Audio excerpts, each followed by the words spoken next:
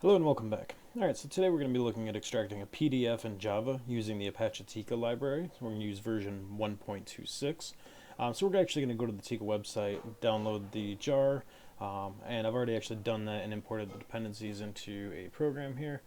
So let's take a walk through what's going on and we'll look at how we're going to extract the PDF content.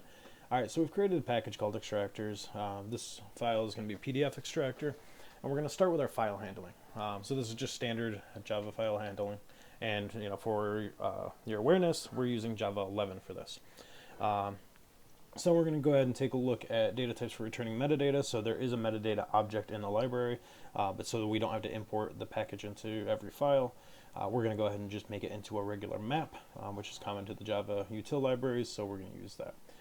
Next, we'll take a look at some of the Tika components, and these are going to be all the things that we're going to need to be able to create a content handler, to be able to send the context, get the metadata, and get the content back. And we'll go ahead and have an exception here as well, just in case any of the processing encounters difficulty. So we have that. All right, so now if we take a look at the start of our class here, we're going to initialize these variables with any instance of this class. And these are going to be, as I said earlier, the context handler, the metadata, the context itself, the input stream, and then the PDF parser itself. And so we'll go ahead and initialize that. And I want to draw attention here to the body content handler write limit. So I put in a -1. And the reason for that is that actually provides unlimited read and write. We probably want to specify that to be more specific in any given context so we don't ever run any buffers, memory constraints, things of that nature. But for our purposes today, we're just going to set it to -1. The default, I believe, is 100,000. So you can change that limit yourself, but there will be, and we'll show it later, an error if you try to run it and the size of the document is larger than what you set to accommodate. All right, so we'll go ahead and take a look at the input stream, which is going to send into the PDF parser with our handler, metadata, and context objects. All right, and that parser is going to handle grabbing all that data for us and putting it into a nice, easy to use object. We initialized our basic constructor here, so that way if we want to augment this later on, add some overloaded constructors, we can do that. All right, and we'll go down to our import PDF function.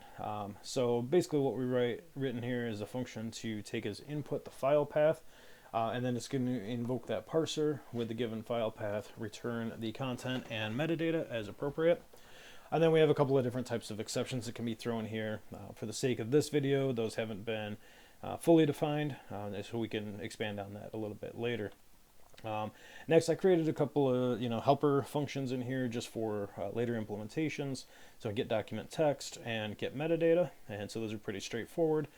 The only caveat here is that map object I mentioned earlier. We're going to use that to extract the metadata from that particular object, which is unique to the Tika library, make it into a hash map just so it's easy to use in any other program. And that's going to cover that part. Now, one of the things I did here is I'm not going to invoke those methods I created, so I'm just going to create a print line, which is going to show the handler printing the output of the document content to the screen.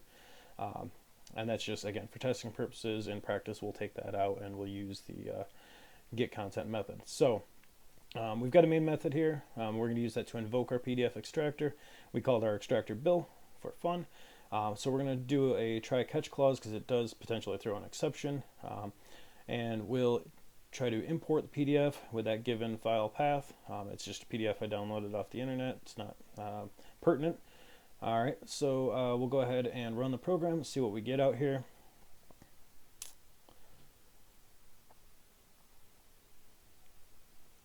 All right, and it is running. Looks like it's trying to parse the files. And boom, there we go. So there's all our PDF content. All right, so now we'll have some fun with this, and we wanted to reference that error earlier.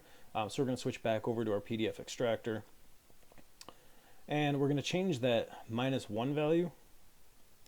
And we're going to just make it null, which is going to give it the default implementation, the default size. All right, and let's go ahead and run it again and see what we get for output.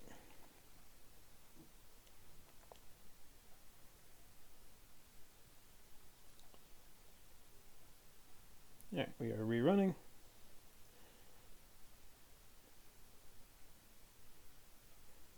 parser has started and exploded. So the parser basically is going to tell us here that you've exceeded the limit, and if you wanted to view the full text by using this functionality to increase that limit. So for the sake of future purposes, I'm just going to go back and revert that back to the -1 for my own development and testing purposes.